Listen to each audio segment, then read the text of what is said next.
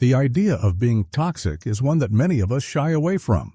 It's natural to want to present ourselves in the best light, to show the world our strengths, our kindness, and our best qualities. But what happens when we start to examine the darker aspects of ourselves? What happens when we acknowledge those behaviors and thoughts that feel uncomfortable to admit? Can facing these negative traits actually lead to greater self-awareness and growth? Carl Jung, the renowned psychologist, introduced the concept of the shadow self. According to Jung, we all have a hidden side, traits, feelings, or impulses that we try to suppress or deny because they don't align with our ideal self-image.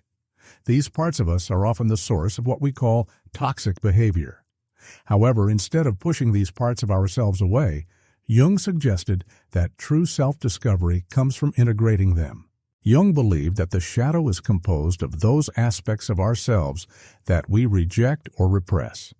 These can be qualities we don't want to accept, whether it's aggression, selfishness, envy, or even our insecurities and fears. Often these traits are learned in childhood, either from our environment or our upbringing, where we might have been told that certain emotions or behaviors were bad.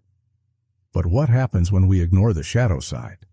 We end up pushing these feelings and behaviors deep into our subconscious, where they continue to influence our actions, thoughts, and relationships in ways we might not even realize. The more we deny these aspects, the more they shape our behavior in ways that can be harmful to ourselves and others. But if we learn to face them head-on, we gain access to a deeper understanding of who we are. Toxic behaviors as hidden messages. So, what does this all mean in practical terms? Let's break it down a bit.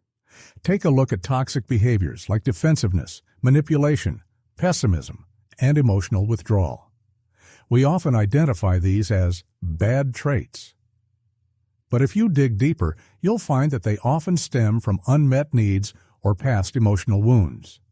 For example, defensiveness might arise from a fear of being judged or criticized.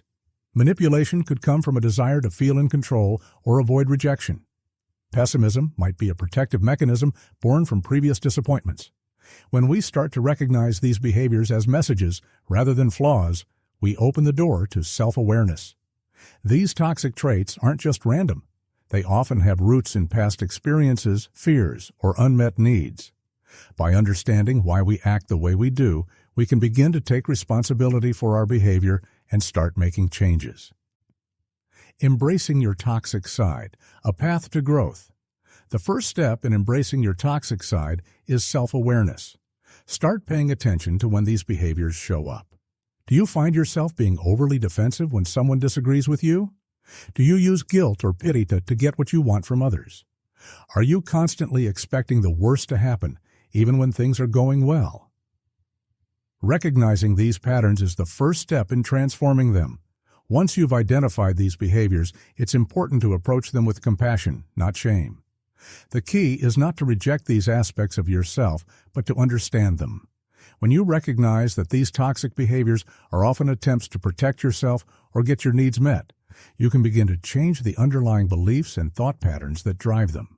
For example, if you tend to manipulate others to get what you want, take a moment to ask yourself, why do I feel the need to manipulate? What am I afraid of losing? By asking these questions, you can uncover the deeper emotions at play, perhaps a fear of abandonment, rejection, or not being enough. Once you identify the root of the behavior, you can work on addressing that fear in a healthier, more authentic way. The power of self-acceptance. Jung emphasized that the process of integrating the shadow is one of self-acceptance. It's about acknowledging that we are not perfect and that we all have parts of ourselves that we need to confront and accept. This doesn't mean we should excuse toxic behavior or use it as an excuse to continue harmful actions. Rather, it means accepting that we have flaws and that these flaws are part of being human. The power of self-acceptance comes from the realization that our toxic traits are not what define us. By facing them, we take control of how they manifest in our lives. This is where true self-growth begins, not in rejecting parts of ourselves, but in integrating them. When we begin to accept and confront our toxic traits, we also begin to take responsibility for our emotions, our actions, and our relationships.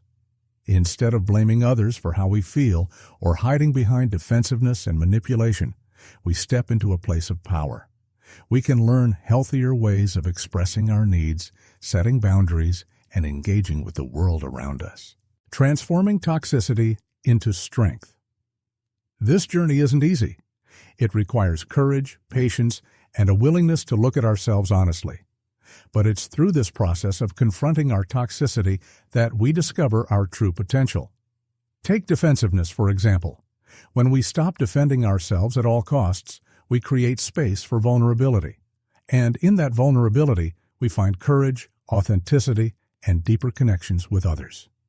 Similarly, when we stop using guilt to manipulate others, we start communicating our needs in a direct, respectful way, building stronger, more honest relationships.